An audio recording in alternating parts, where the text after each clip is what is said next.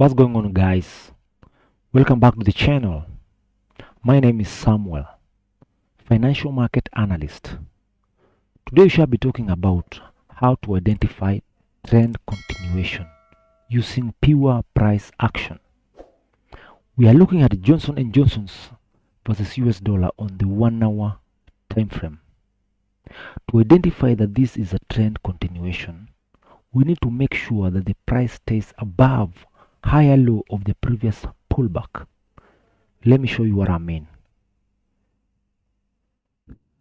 This is low. This is higher low. We have higher low, higher low, higher low, and a higher low.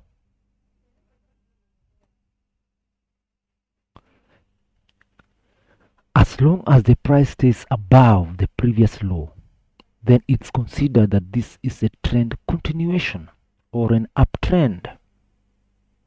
We can clearly see that every low is above the previous low. Now, let's see what's happened if this scenario is broken, or when the next low is below the previous low.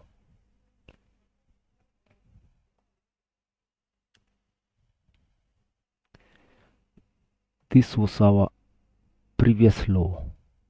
Now we can see that the price closed below this previous low.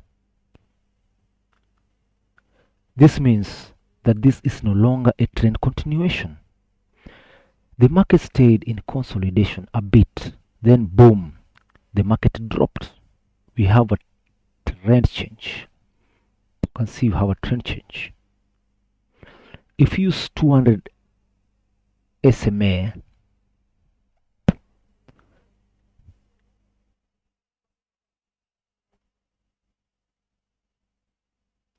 if you use the 200 SMA, we can see it acted as a support, here, and resistance here and here, confirming that there will be a trend change. This is the simplest way to identify a trend continuation. Now that's all I got for you guys today. Thanks for watching. Catch you guys next time.